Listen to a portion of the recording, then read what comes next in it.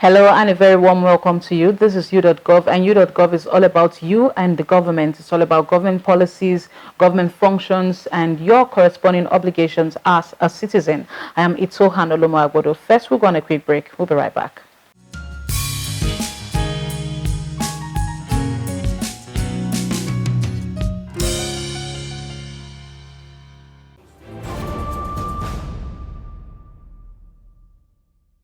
This week on Elubox, we are taking a look at some burning issues facing Nigeria, and we're looking at excerpts of former President Olusegun Obasanjo's open letter to President Muhammadu Buhari.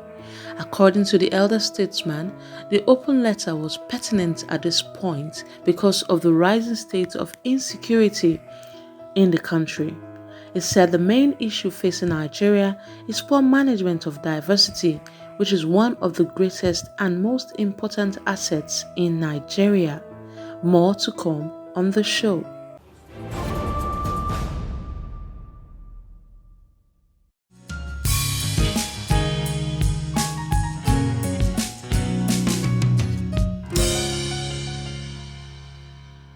Lovewell Plus website is your #1 trusted companion as we make sure we never leave you without a smile. Using a world-class design for an easier user experience across the world. We make sure that you get the freshest and latest news on our news platform. And on entertainment, we get you covered.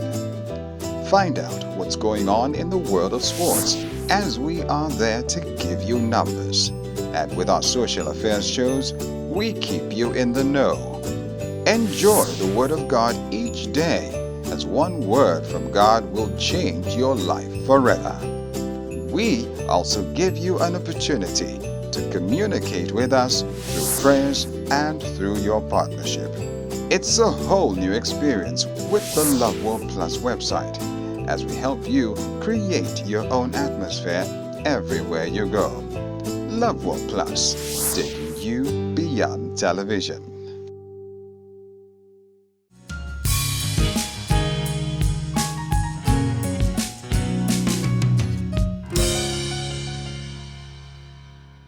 You're welcome back. If you just joined us, this is U.Gov, and this week we are going to be taking a look at some burning issues in Nigeria at the moment. We are going to be taking a look at the delay in appointment of cabinet members by the president. We are going to be taking a look at the security challenges and some other issues. But we have some people on the streets that we always like to hear before we go on the show proper. Take a listen.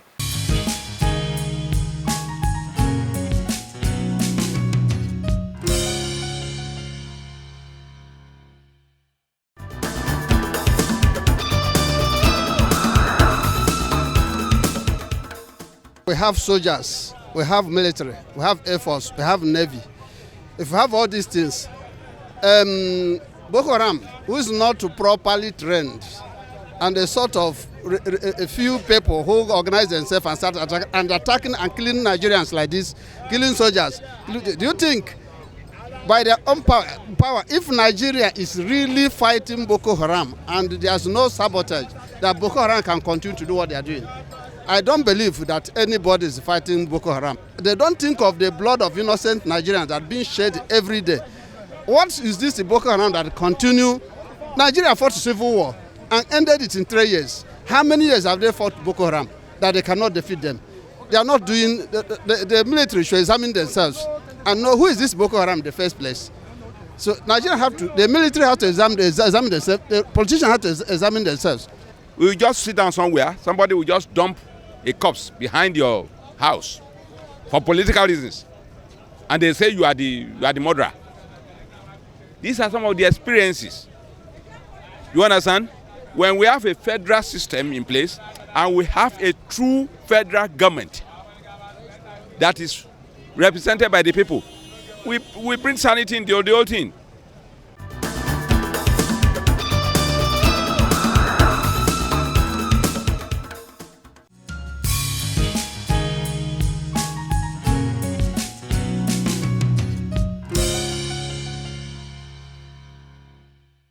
quite interesting responses there. A lot of Nigerians on the streets have issues that they are actually particular about, the issues that they want the government to address speedily and things like that.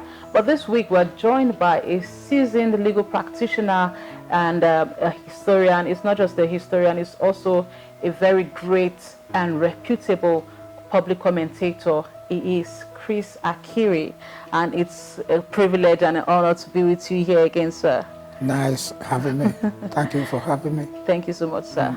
So now looking at the issues facing Nigeria generally at the moment, first of all, let's start with the cabinet, the issue of appointments of cabinet members by the president. First of all, recently the president made a comment that the last dispensation, he actually appointed strangers, people that were not so known to him.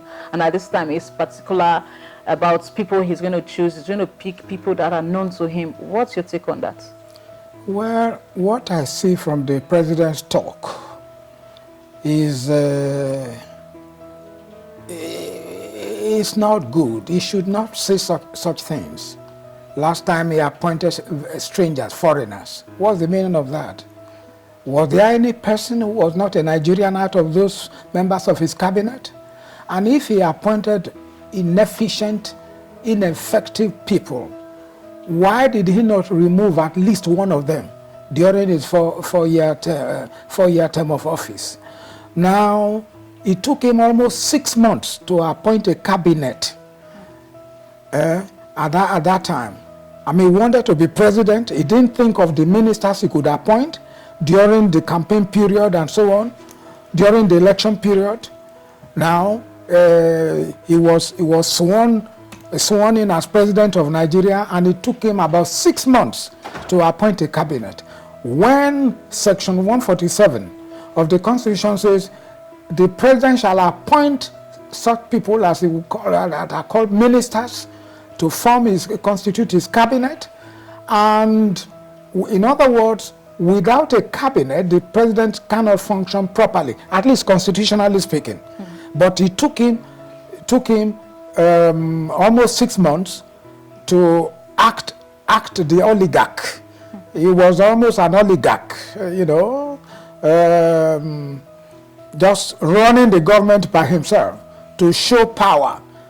Now, one expected that as a result of the sharp criticisms accompanying the non-appointment of a cabinet for 6 months, that this time around, he was going to do the needful. He was going to appoint a cabinet a few days, 1 or 2, 3, 4 days after he was sworn in. But no way, that's not to talk of. He acts the way he wants.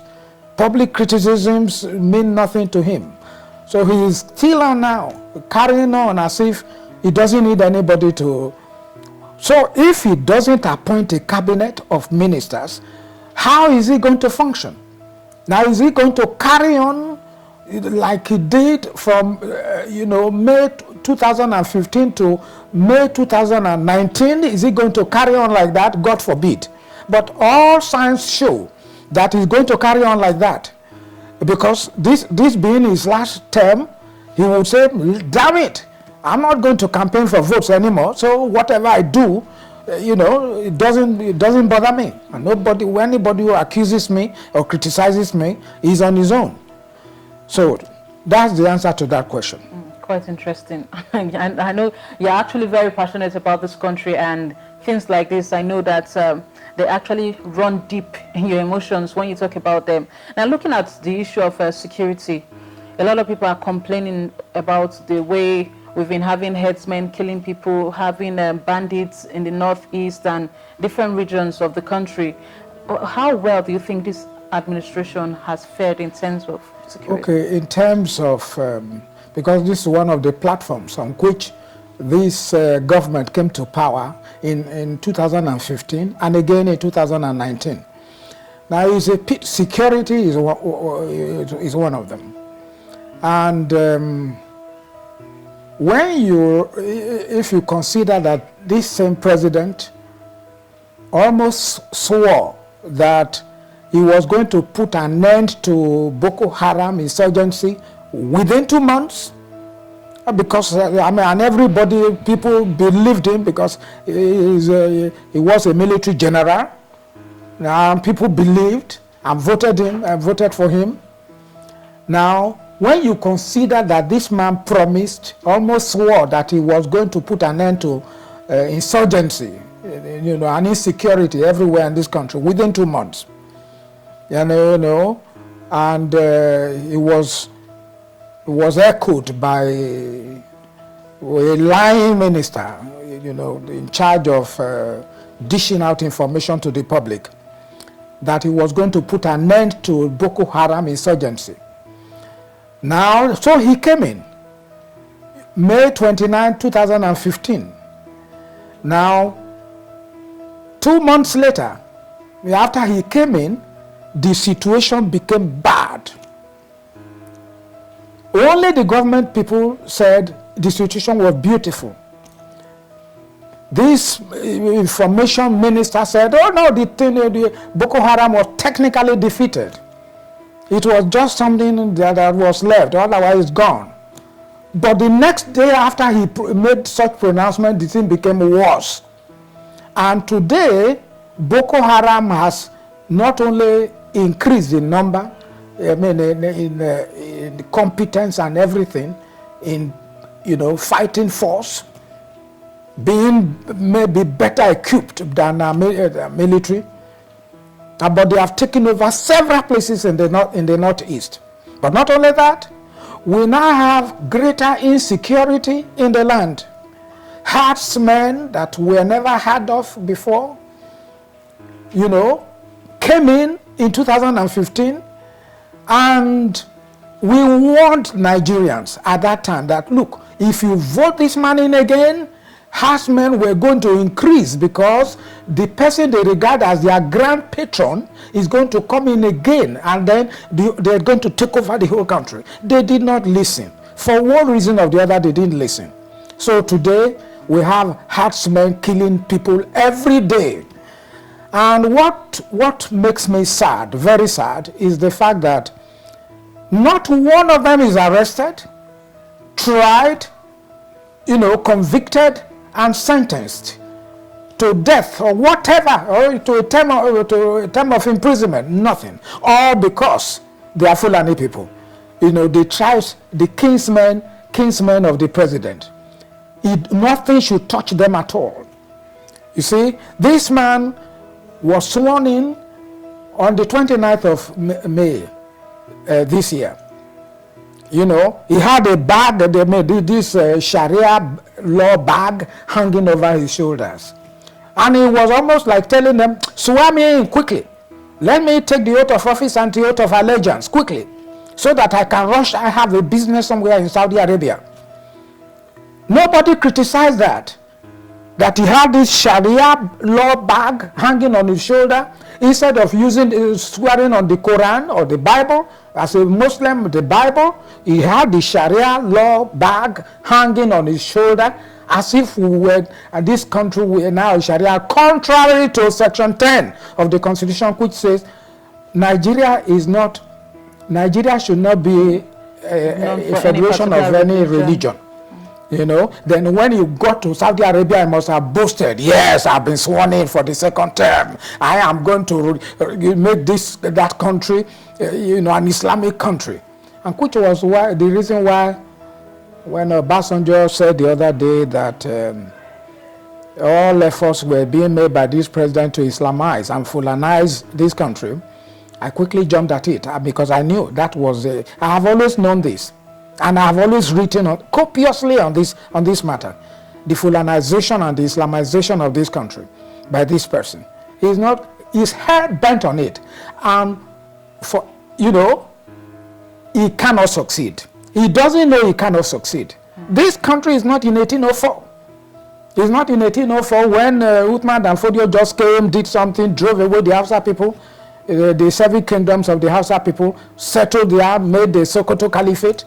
This country is not in 1804. We are not in the 19th century, nor even in the 20th century. We are in the 21st century. Somebody should tell him that he cannot Fulanize this country. He cannot Islamize this country. We have gone beyond that one. We want to quickly go on a quick break now. We will continue this interview. We will go on a quick break and I'll be right back.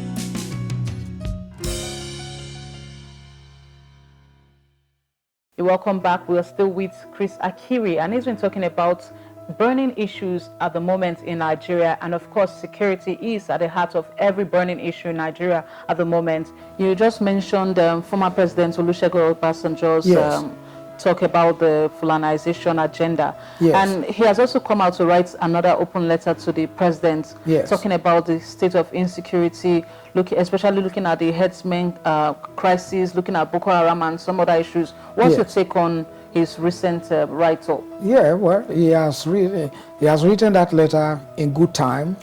It is a timely warning to the president, because things are going from bad to worse. Now we are right on the precipice of dismemberment of this country. We are right at the precipice of trouble in this country, you know, on the verge of trouble in this country. So the former president, Olusegun Obasanjo, saw this one clearly. What with the recent killing of Mrs. Fasoranti Olakunrin. A few days ago, they are in either in Ondo State or in Ogun State. Yeah, by headsmen. That one. What about that? You know, this dastardly killing of people. You just do this, run away, and that's the end of the matter. And any time they kill people like that, I expect something, a pronouncement from the police. And it came. The pronouncement is that we will go to the root of this thing. We will find out. We will ferret every nook and cranny of this matter, and bring out the perpetrators of this, dastardly killing. That is what you expect them to say at any time, and they said it. But you and I are here now. We will watch what the police people are going to do. Whether in the next few days, in the next few weeks, in the next few years, nothing. Because the crimes have been perpetrated by the untouchables, the Fulani people. So nothing is going to happen about it. Nobody is going to be caught. Just like before. The killing of Mrs. Fasoranti couldn't be more than the killings in the Benue State, in other parts of this country. And they promise over the years we're going to do something about it. Have they done anything? Have they arraigned anybody before any court of law to be tried, to be sentenced, to be convicted, to be sentenced to any term of imprisonment or to death according to our own criminal code act? No. So I'm not going to expect any. In other words, what Chief Olusegun Obasanjo said was very timely, to warn the president that trouble is looming ahead, serious trouble.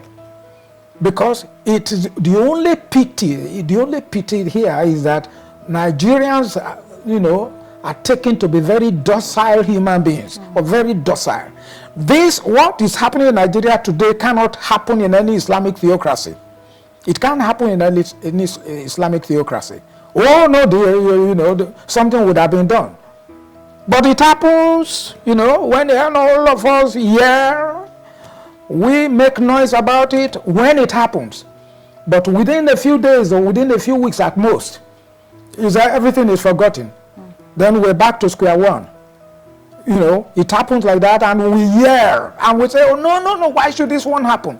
But give it 1 week or 2 weeks or 1 month, everything will be over. So the president's letter is very timely, and he had talked about the current issues, the issues facing this country, insecurity. You can't travel from here to Delta State and feel at home, and enjoy the peace which the government should provide.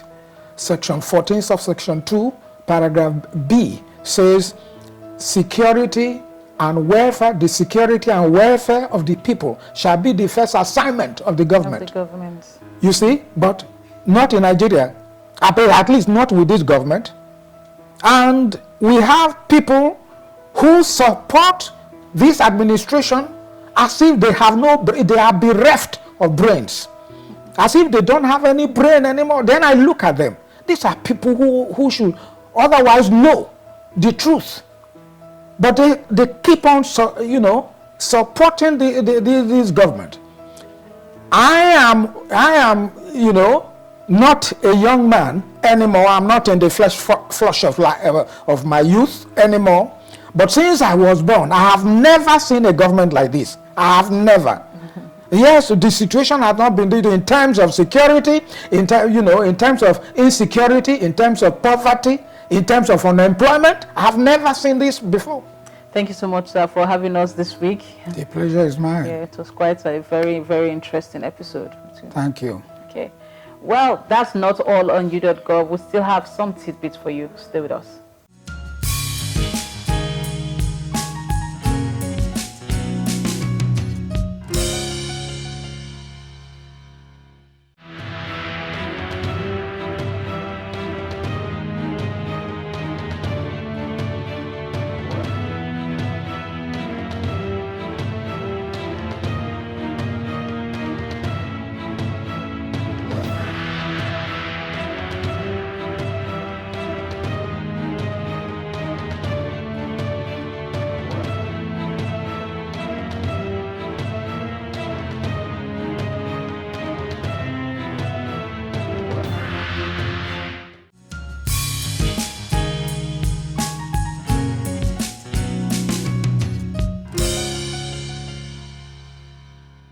Love Work Plus website is your #1 trusted companion as we make sure we never leave you without a smile. Using a world-class design for an easier user experience across the world, we make sure that you get the freshest and latest news on our news platform. And on entertainment, we get you covered. Find out what's going on in the world of sports, as we are there to give you numbers. And with our social affairs shows, we keep you in the know. Enjoy the Word of God each day, as one word from God will change your life forever. We also give you an opportunity to communicate with us through prayers and through your partnership. It's a whole new experience with the Love World Plus website, as we help you create your own atmosphere everywhere you go. Love World Plus, taking you beyond television. Well, that's the much we can take this week on u.gov. We talked about some burning issues, especially the issue of security. Security is something that affects every one of us. If we're not safe, we cannot go about our businesses. People cannot go to schools. So now we're looking at the issue of the herdsmen and the farmers. And there's a call for the South to unite and speak with one voice against these attacks.